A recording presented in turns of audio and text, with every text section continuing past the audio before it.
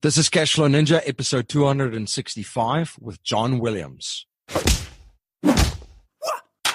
Welcome to the Cashflow Ninja, the podcast sharing how to create income streams and manage, multiply, and protect your wealth in the new economy. Here is your host inside the dojo, MC Laubscher.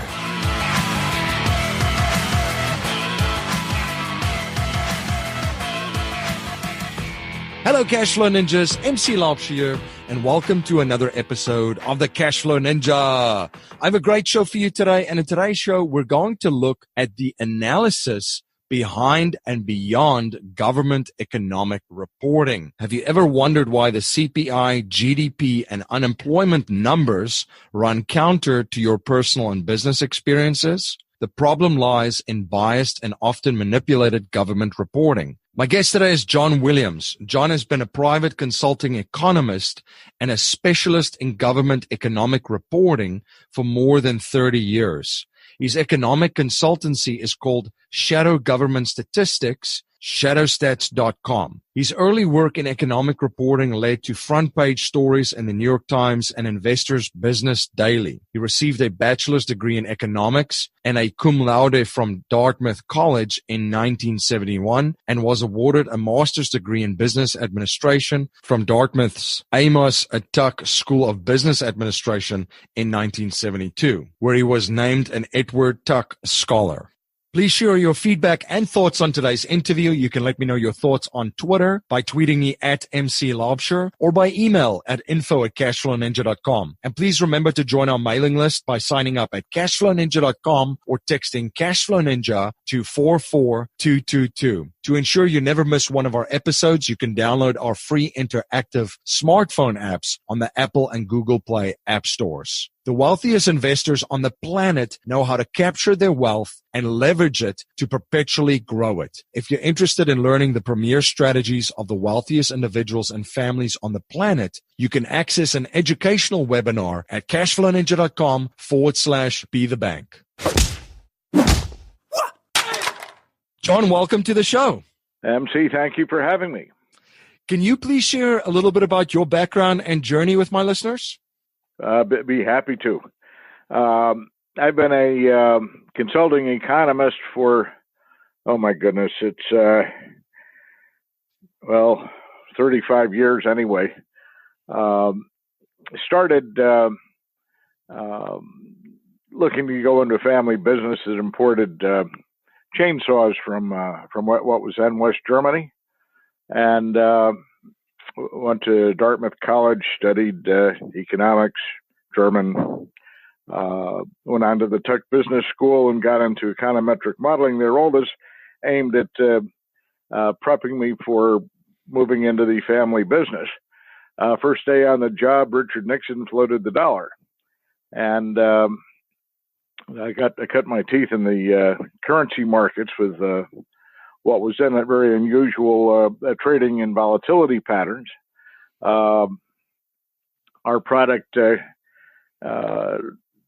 got heavily priced, or conceivably could be priced out of the market because of what was happening to the dollar. We sold the operation back to the manufacturer, and I became a private consulting economist modeling the economy. And as I did that, and time passed, had a pretty good track record with forecasting on the economy and interest rates. But what I found was the government was changing the way it was reporting its key economic statistics, such as inflation, such as unemployment, such as the GDP. And that started to distort the numbers, made the reporting less meaningful. In fact, it contend many of the headline numbers today are not too meaningful, generally with overstated economic growth and understated inflation. So I began to specialize in that, and that's where I founded shadowstats.com, my website, and I report on the underlying reality reality, at least in terms of common experience, as to what the economy and inflation are doing. It's extremely interesting because it plays such a big part because the marketplace is making decisions based on the information that's available and some of these statistics that's released. So it definitely plays into the psychology of the market and the overall misallocation of capital and so forth when it comes to government. So as you mentioned, it's definitely in any government's interest to overstate economic growth and understate inflation. Now, there's a saying that I came across and I still chuckle at it quite a bit, which is applicable to governments, that if you torture data enough, it definitely will confess.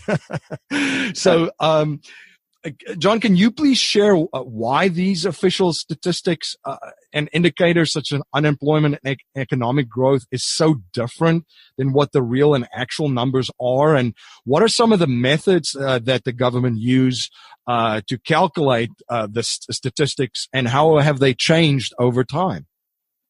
Well, probably the most important change was in the way inflation was measured. Right. You can go back a couple of centuries, and there have been consumer price indices that have generally been designed to measure the inflation rate, or the cost of maintaining a constant standard of living. What they do very broadly, take very simplistically, they'd measure, let's say, the cost of a pound of beef, a gallon of gasoline, a loaf of bread. Then they'd price out that same basket of goods the next year, and whatever that had gone up by, that was your rate of inflation of maintaining a constant standard of living. And if your income rose by that amount, you could cover it, and you could have an ongoing constant standard of living. That's why that concept of the constant standard of living came into play. That began to change in the 1980s. There were two factors. One was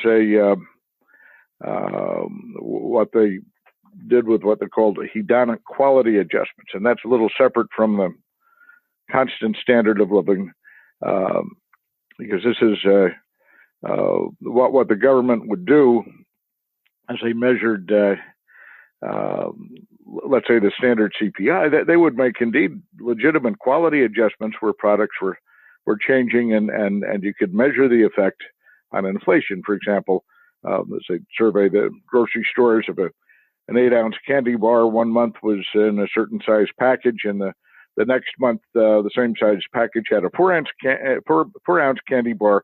They'd adjust the price accordingly in their measures.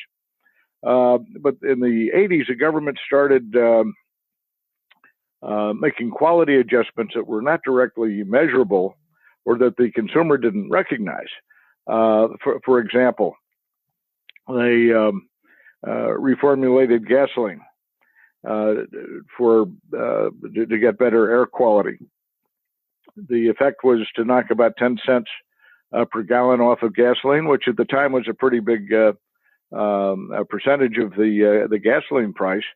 And they didn't include that in the CPI, the Consumer Price Index, because it was viewed as a quality improvement. Yet the average guy who was filling his gas tank was not moaning and wasn't rejoicing at the better quality air he was going to be enjoying, but he was moaning and groaning about how much more expensive it was to drive to work.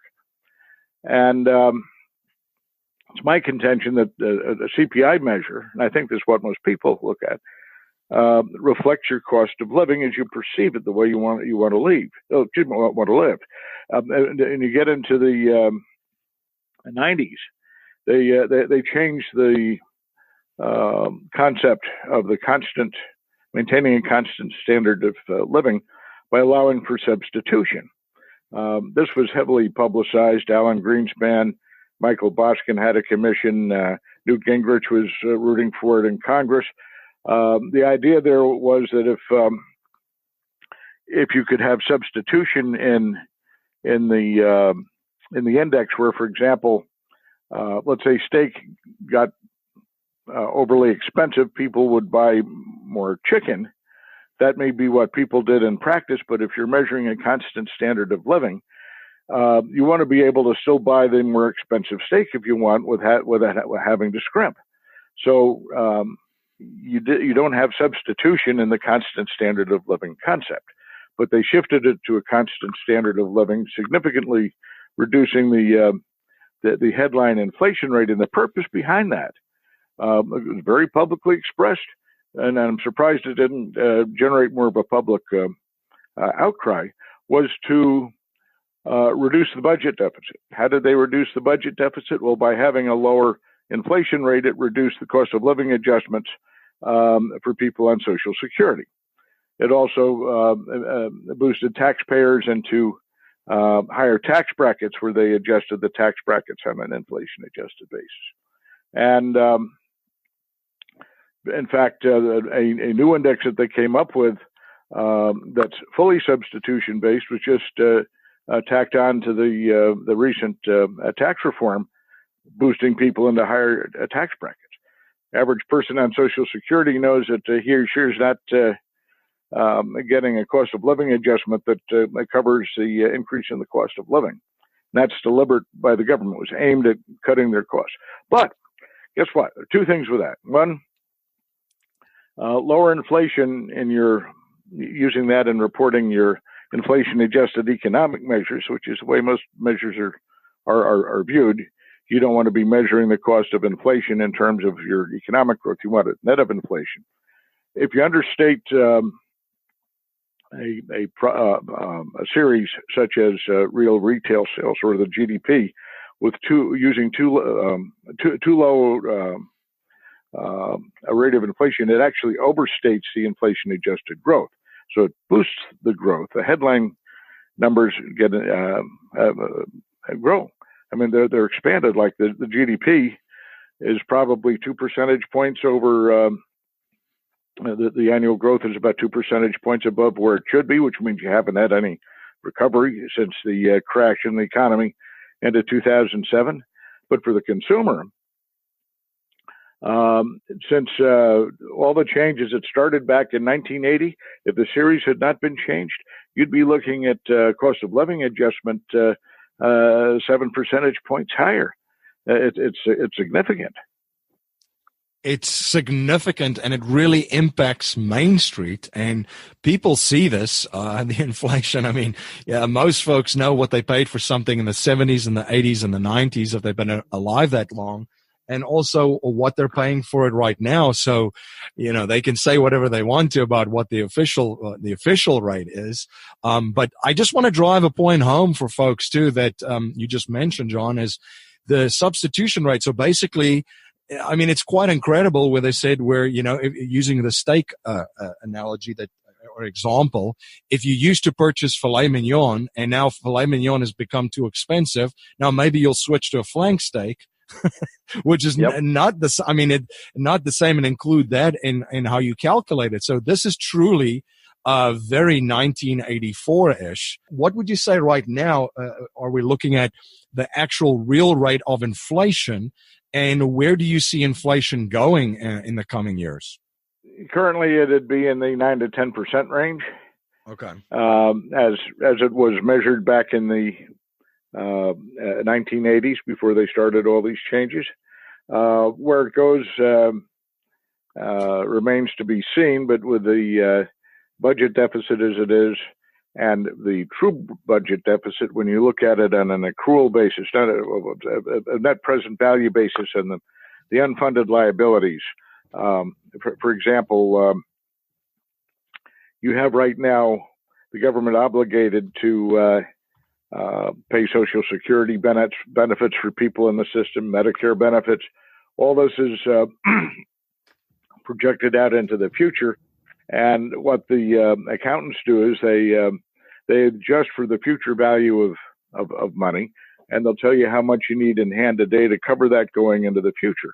And if you look at the numbers right now, instead of running, say, having the total obligations as measured by Treasury bonds up around $20 trillion, you need in hand right now in excess of $100 trillion to cover the obligations going into the future to keep the country solvent going forward. there's just no way the government can cover that. It's it's 5 times the level of our GDP. It's almost double the global GDP. There's just no way that can be funded. And what that means is that over time, unless there's something done to bring those obligations into balance, is that the government either is bankrupt or the dollar becomes worthless and you have a hyperinflation. And politicians usually opt for the hyperinflation. If you go back to 2011, when Standard & Poor's downgraded U.S. Treasuries and they're arguing over the budget deficit, Alan Greenspan, who was then the ex-Fed chairman, made a comment that to the effect that there's no way the U.S. would ever default on its debt because its obligations were in dollars and they could always print however many dollars they wanted. Well, that's exactly what they did in the Weimar Republic in Germany and Zimbabwe, and it's a type of circumstance where you pay your obligation, but with the flood of money, the basic supply and demand, the money itself becomes worthless. I mean, in Zimbabwe, they ended up with, I think it was $100 trillion notes. If you took the value of what had been a $2 bill before their hyperinflation and put the equivalent of that into the last iteration of the Zimbabwe dollar, you'd have a pile of bills that stretch from here to the Andromeda galaxy. It's just incredible. I mean, as with Weimar Germany, the paper money became worth more as toilet tissue than currency. Right. Gee, I wonder why other people are looking for alternative medium of exchanges, right? If this is the way that money's treated, and this is not just in the United States, it's all over the world. You're listening to John Williams on the Cashflow Ninja podcast. We will be right back after a word from our sponsor. This is MC Laubscher, the host of the Cashflow Ninja podcast. As you may know, I'm also the president and chief wealth strategist of Valhalla Wealth Financial. We help individuals, families, small businesses, entrepreneurs, and professionals build their wealth outside of Wall Street and help investors maximize the use of every dollar in their personal economy and boost their investment gains. We do this by combining the capital and investments with the financial vehicle of the wealthy according to the infinite banking concept. If you're interested to learn more about privatized banking and the infinite banking concept, you can access an exclusive webinar at cashflowninja.com/be the bank. You're listening to John Williams on the Cashflow Ninja podcast, and now back to our interview. One thing that you said, John, that really struck me, if you're looking at a 9 to 10% real rate of inflation, the way that it was calculated in the 1980s, then folks that are still fixed on the accumulation mindset and net worth, I mean, you'd really then, using the rule of 72, have to double your money every 7 years just to keep up with inflation. So that was a big moment when you said that, and I just did the math. I said, wow, that's quite incredible. So they've definitely treated money very, very irresponsibly. And as you said, they keep on printing and they haven't stopped.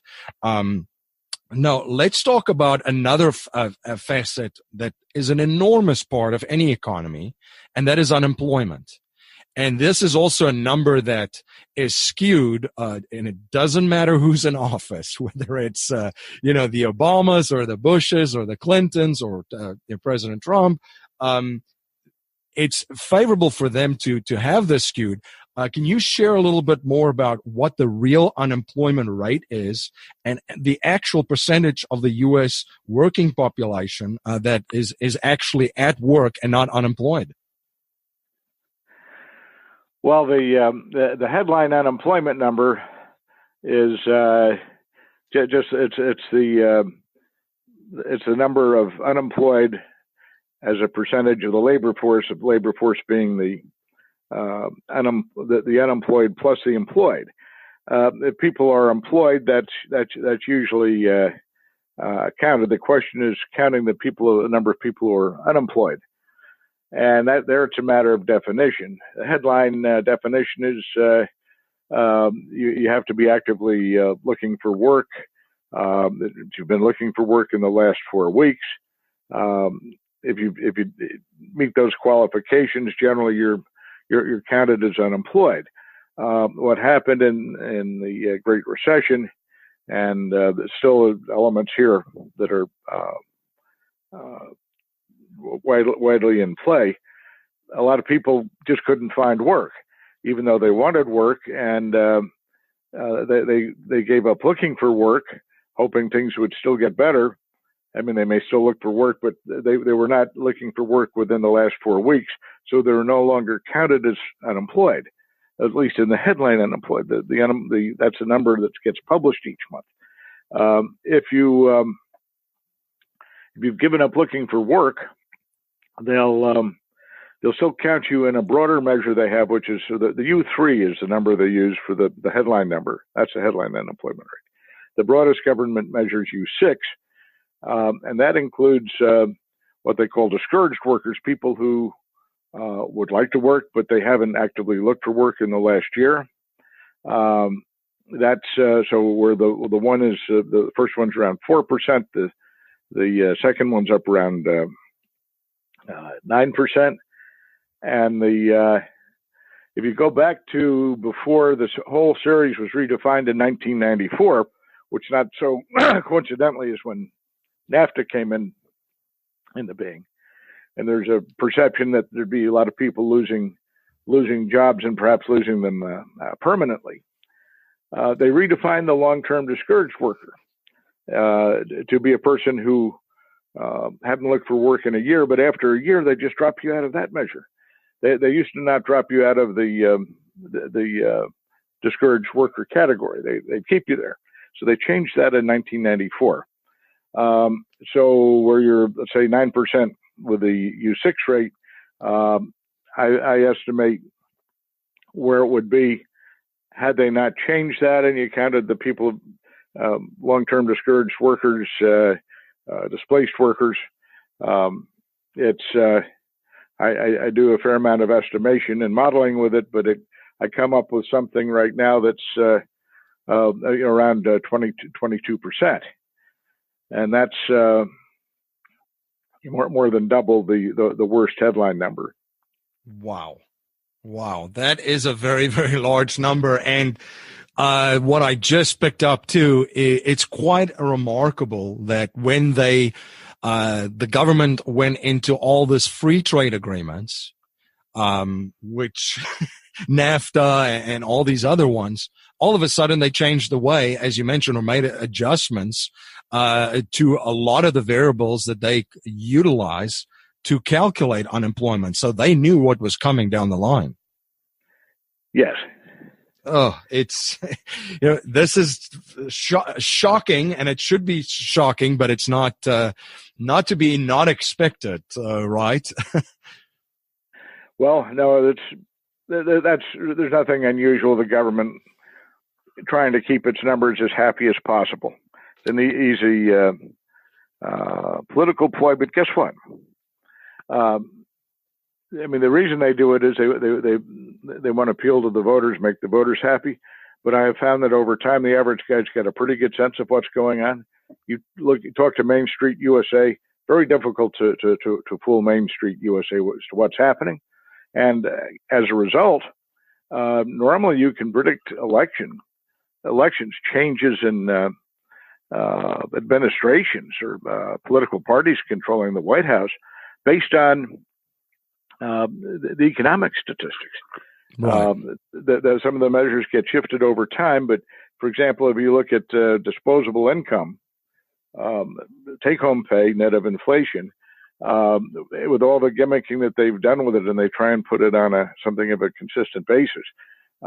Generally, any level of the year of election below 3.1%, the incumbent party will lose the White House. That's with a presidential election. That's what happened this last time round, and that was not expected by most political pundits. The gimmick numbers don't work well from a political standpoint because the average person has a pretty good sense of how he's doing. Absolutely. And we definitely, as you mentioned, saw that in the last election. And I think was it Bill Clinton that said used the tagline, it's the economy stupid. Well, it's always been the economy. And that's why, I just, love looking at these numbers, because you truly start to understand what is going on, by looking at the actual numbers. And as you mentioned, the person on Main Street, they know what's going on. They understand when they go out and buy groceries, what it was 5 years ago or a year ago or, 10 years ago. So, when you feel it in your pocket, you definitely feel it. And when you're looking for unemployment and as you mentioned, the one variable they're using, the discouraged, workers looking for or unemployed, they know the jobs that are available. You can see that in cities and in the communities that you live. Now, John, what is your view currently on global markets, the stock and bond markets, and I'll also throw in the gold and silver markets on there? What do you see going on there? Well, let me put it this way: physical gold and silver, but particularly the gold, is a good measure of what's happening with inflation. It keeps up with my inflation number, let alone the government's inflation number. So that's as good a hedge as you're going to find over time. Of course, it's very volatile. The central banks like to knock it down when they can, but if you look at gold as a store of wealth, not into day-to-day trading, store of wealth, it'll do a lot to preserve the actual purchasing power of your wealth and assets. The stock market, it gets knocked about quite a bit. This is not an environment. Right now, there's a lot of hype about the economy being at full employment, just booming along. It's not happening. We've never fully recovered from the last election, the last recession. And what you've seen recently, you're seeing a lot of the numbers that were, even the headline numbers were falling off, suggesting a new downturn. You got some boosts from hurricane damage where cars had to be replaced, buildings rebuilt, repaired. That's waning. You're going to see the headline numbers turning down again in the next quarter or so. And that's not a happy circumstance generally for the equity market. So all in all, at the moment, I basically look to batten down the hatches and look to preserve my wealth and assets, seek safety. Right. No, very, very sound advice, John. Now, our core message in our show is to leave families, communities, and the world better than we found it by passing down a mindset, values, and principles to future generations, not just money. So if you cannot pass on any money to future generations and we're only allowed to pass on 3 principles to them to build wealth and achieve happiness and success, what would they be? I would say be honest and forthright in your dealings and use common sense. Don't listen to the hype out of the government too much. Make your own decision as to what's going on, what you see happening.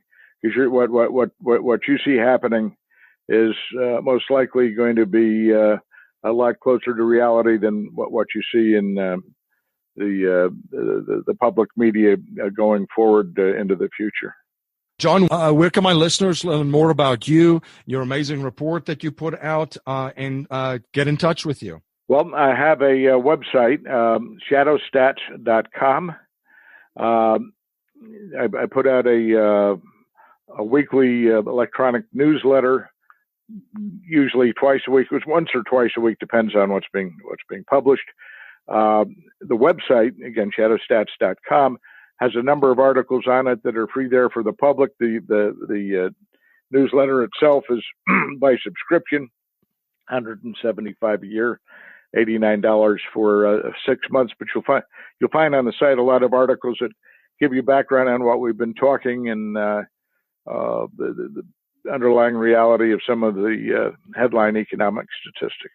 I would highly, highly recommend you go to shadowstats.com and really look at the data there and sign up for the newsletter and the subscription. There's data available there that's actual real data. And as investors and business owners and entrepreneurs making decisions, you need the right data to base those decisions on. And if you're being told that inflation is, 3 or 4% or even less, 2%, but it's actually closer to 9 to 10, that is a huge impact on the decisions that you're making for your business and your investments. John, thank you so much for spending time with us today and coming on the show and sharing your journey and your knowledge and providing so much value for my listeners. This has been a blast having you on. Well, you're most welcome, and thank you, MC, for having me on your show. Thank you for joining my guest, John Williams, and myself on the Cashflow Ninja today. If you like what you hear and appreciate what we're trying to build here at the Cashflow Ninja, please subscribe, rate, and review our show on iTunes and share our show with family, friends, and your network. I'm always trying to learn and improve in every area of my life. So if there's any way that I can provide more value for you and serve you better, please reach out to me at info@cashflowninja.com. If you're not a subscriber to the Cashflow Ninja Gosh Good newsletter, you can sign up for our newsletter at cashflowninja.com or text Cashflow Ninja to 44222. The wealthiest investors on the planet know how to capture their wealth and leverage it to perpetually grow it. If you're interested in learning the premier strategies of the wealthiest individuals and families on the planet, you can access an educational webinar at cashflowninja.com/be the bank. That's our show for today, everyone. Until next time, live a life of passion and purpose on your terms.